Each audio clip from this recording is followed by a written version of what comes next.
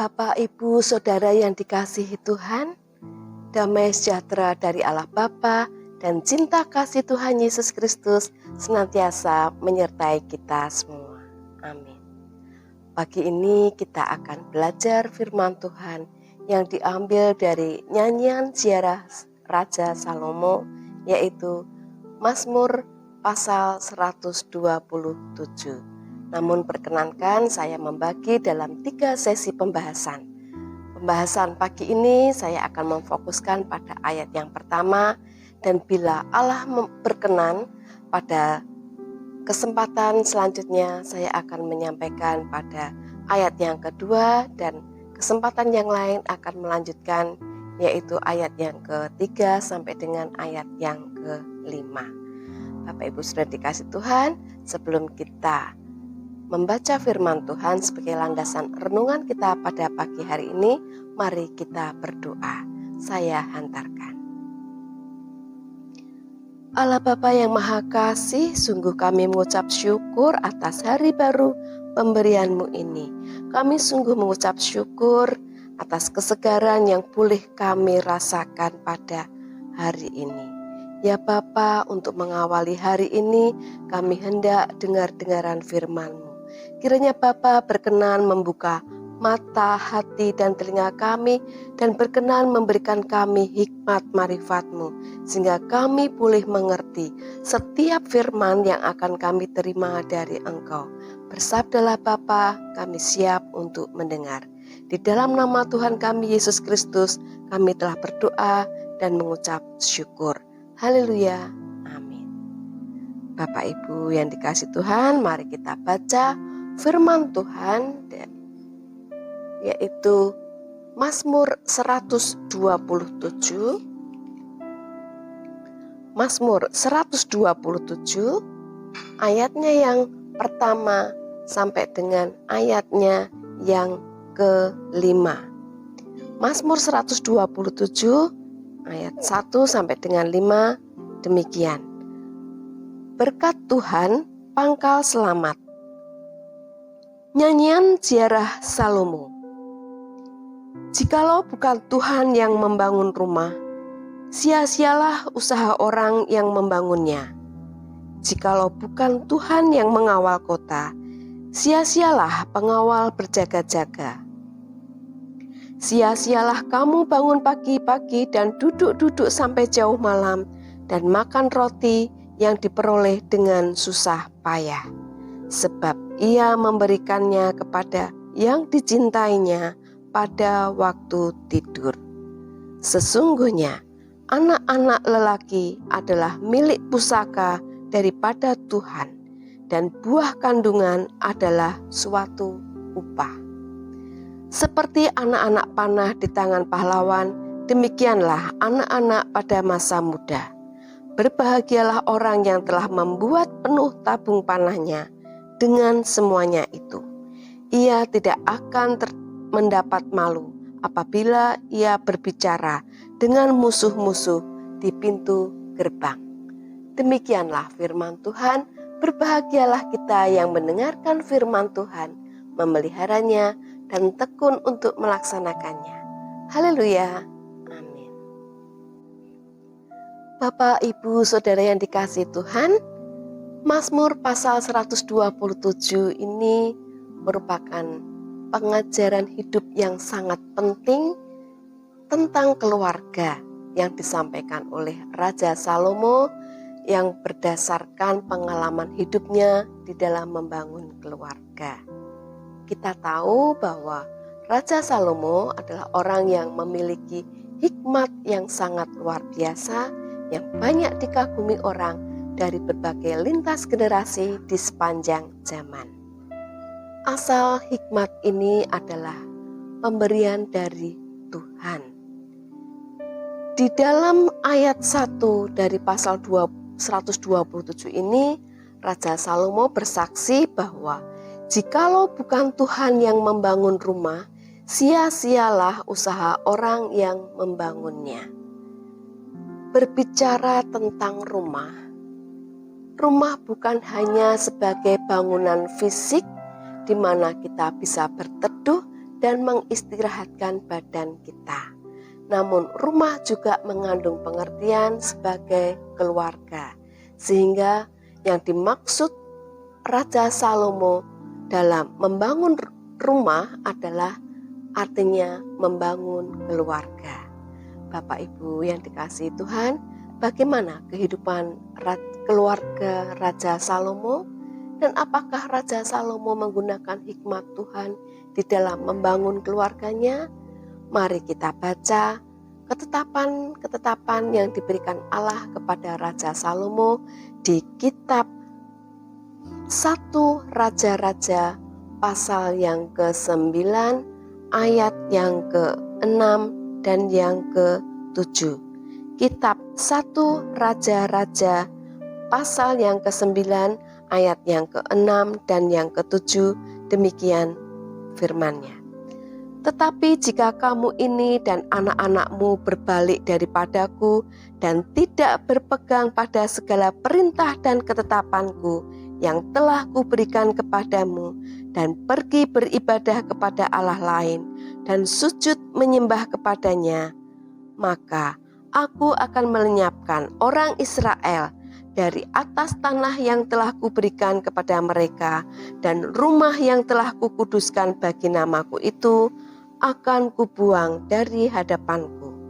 Maka Israel akan menjadi kiasan dan sindiran di antara segala bangsa.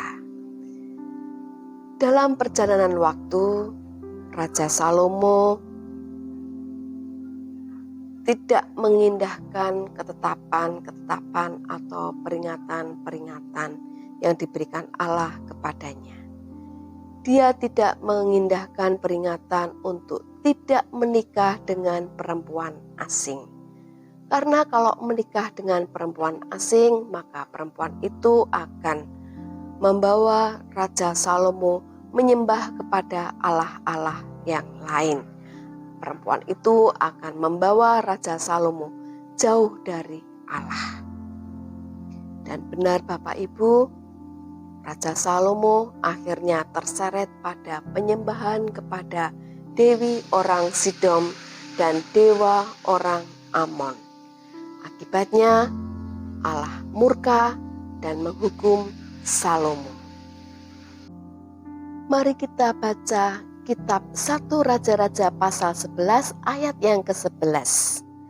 Lalu berfirmanlah Tuhan kepada Salomo, oleh karena begitu kelakuanmu, yakni engkau tidak berpegang pada perjanjian dan segala ketetapanku yang telah kuperintahkan kepadamu, maka sesungguhnya aku akan menggoyahkan kerajaan itu daripadamu dan akan memberikannya kepada hambamu. Benar Bapak Ibu Saudara yang dikasihi Tuhan, terbukti kerajaan Salomo terpecah menjadi dua, yaitu kerajaan Yehuda dan kerajaan Israel atau kerajaan 10 suku di wilayah utara. Hal ini sesuai dengan ketetapan yang diberikan Allah kepada Raja Salomo, yaitu kalau Raja Salomo berpaling kepada Allah yang lain, maka kerajaannya akan diberikan kepada hambanya. Nah, Yerobeam yaitu hamba Raja Salomo menjadi raja atas kerajaan Israel atau kerajaan 10 suku di wilayah utara. Dan Rehabiam anak dari Salomo menjadi raja atas suku Benyamin.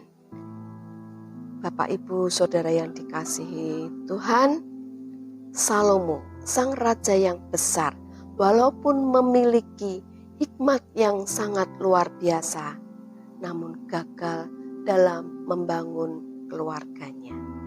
Keluarganya terpecah, bahkan kerajaannya diberikan kepada hambanya. Kegagalannya ini karena Raja Salomo berpaling kepada Allah yang lain. Salomo tidak melibatkan Tuhan di dalam membangun keluarganya. Raja Salomo tidak mengindahkan ketetapan-ketetapan dan peringatan-peringatan yang diberikan Allah kepadanya. juga tidak melaksanakan, tidak mengajarkan kepada keluarganya. Belajar dari kegagalan Raja Salomo. Bapak Ibu Saudara yang dikasihi Tuhan, marilah kita jangan mengulang kesalahan yang sama. Allah telah memberkati kita dengan keluarga. Allah telah menyatakan kasih-Nya melalui karya Tuhan Yesus Kristus dengan menebus segala dosa-dosa dan pelanggaran kita, sehingga barang siapa percaya kepadanya akan beroleh hidup yang kekal. Sebagai ungkapan syukur kita, mari kita persilahkan Tuhan untuk membangun keluarga kita.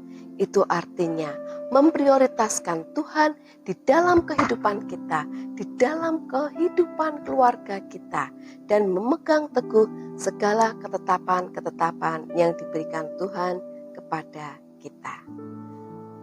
Renungan pagi minggu kemarin saya menyampaikan bahwa Tuhan Yesus menegaskan bahwa hukum kasih merupakan rangkuman dari seluruh hukum Taurat dan kitab para nabi. Karena itu, mari kita belajar untuk memegang teguh hukum kasih itu. Kita belajar untuk menjalankan hukum kasih itu dalam membangun keluarga kita. Hukum kasih yang kedua berbunyi, kasihlah Tuhan Allahmu dengan segenap hatimu, dengan segenap jiwamu, dan dengan segenap akal budimu.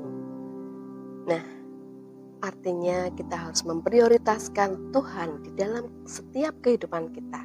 Memprioritaskan Tuhan di dalam kehidupan keluarga kita. Jangan sampai kita terjatuh pada penyembahan Allah lain atau penyembahan berhala. Di dalam era modern ini, penyembahan berhala sudah mulai beralih dan memiliki arti yang lebih luas. Bukan hanya menyembah pada patung-patung atau benda-benda gaib saja, tetapi lebih kepada segala sesuatu atau sesuatu hal yang tanpa sadar membuat fokus hidup kita, pengharapan kita, motivasi kita, tujuan hidup kita kepada hal-hal yang duniawi. Salah satu contoh konkret penyembahan berhala adalah cinta uang. Memang setiap manusia itu butuh uang. Uang hanyalah sebagai alat, bukan segalanya. Hati-hati kalau uang sudah mulai menggeser prioritas dalam hidup kita. Kemudian yang kedua contohnya adalah cinta kepada sesama melebihi cinta kita kepada Tuhan. Baik itu cinta kepada keluarga, sahabat, orang tua, dan sebagainya. Tidak boleh melebihi cinta kita kepada Tuhan. Kemudian contoh berhala yang lain adalah kecanduan terhadap sesuatu. Misalnya game atau bersosial media. Jangan sampai kita kecanduan sehingga mengurangi waktu kebersamaan kita dengan Tuhan. Mengurangi kualitas hubungan kita dengan Tuhan. Atau gara-gara ngegame kita lupa untuk berpelayanan. Gara-gara ngegame kita lupa untuk menyapa keluarga, untuk menyapa sahabat. Atau gara-gara ngegame kita sampai lupa untuk tidak bersaat teduh atau membaca firman Tuhan. Demikian pula dalam bersosial media. Tidak salah kita bersosial media, baik itu Facebook, Instagram, WA Group, dan sebagainya. Tidak salah, itu baik. Selama kita mempunyai tujuan atau motivasi untuk memuliakan nama Tuhan. Misalnya untuk mempererat persaudaraan, untuk berbagi kasih, untuk saling mengingatkan, untuk belajar firman Tuhan, atau untuk hal-hal yang positif yang lainnya.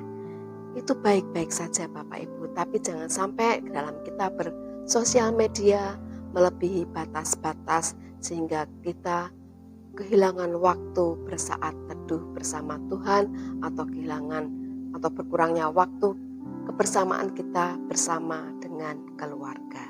Bapak, Ibu, Saudara yang dikasihi Tuhan, sebagai ungkapan kasih kita kepada Allah, maka kita menjalankan hukum kasih yang kedua, yaitu mengasihi sesama seperti mengasihi diri sendiri.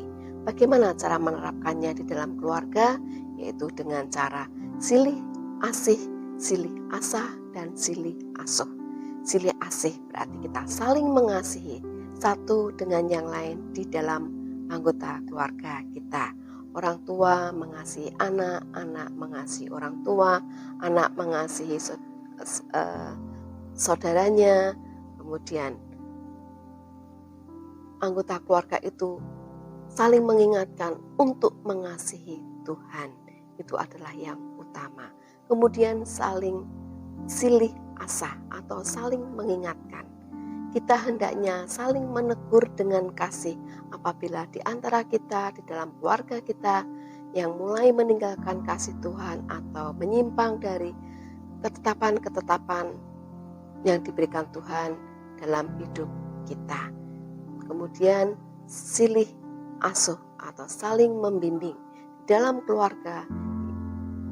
Itulah fungsinya kita untuk saling membimbing satu dengan yang lain. Orang tua membimbing anak, mengarahkan anak, memperkenalkan anak kepada Tuhan, pada Allah yang harus kita sembah. Kemudian dalam waktu-waktu luang kita untuk belajar bersama firman Tuhan dan mengalungkan firman itu dalam leher kita dan menuliskan firman itu dalam loh hati kita. Bapak, Ibu, Saudara yang dikasihi Tuhan, itulah upaya kita dalam membangun rumah. Namun jangan sampai kita terjebak dalam kesombongan, yaitu mengandalkan diri kita sendiri dalam membangun keluarga. Tetapi andalkanlah Tuhan dalam membangun keluarga. Artinya kita menempatkan Tuhan sebagai pembangun rumah atau pembangun keluarga kita. Memprioritaskan Tuhan di dalam kehidupan kita, memprioritaskan Tuhan di dalam keluarga kita, dan memegang teguh segala ketetapan-ketetapan yang diberikan Tuhan di dalam setiap kehidupan kita. Nah, Bapak, Ibu, sudah dikasih Tuhan, memang tidak mudah untuk melakukan itu, tetapi percayalah pada saat kita berkomitmen, kita mau, maka Tuhan yang akan memampukan kita melalui Roh Kudus yang diutusnya untuk mendampingi kita. Tuhan memberkati. Mari kita berdoa. Terima kasih Tuhan atas firman-Mu untuk hari ini. Melalui kisah hidup Raja Salomo dalam membangun keluarga, kami belajar. Kami akan mengandalkan Engkau Tuhan dalam membangun keluarga. Kami tidak akan memakai kekuatan kami sendiri untuk membangun keluarga kami. Ya Bapa, kami mohon belas kasih-Mu, kuatkanlah kami, mampukan kami untuk berpegang teguh pada ketetapan-ketetapan-Mu. Dan kami untuk semakin hari semakin belajar untuk menjalankan apa yang menjadi ketetapan-ketetapan-Mu. Bapa di surga, ampunilah segala dosa dan kesalahan kami apabila kami dalam menjalani hidup, dalam membangun keluarga, masih sering mendukakan Engkau, masih sering mengecewakan Engkau. Ampuni kami Bapa, ampuni kami, dan kami mohon berikanlah kami hikmat marifat-Mu.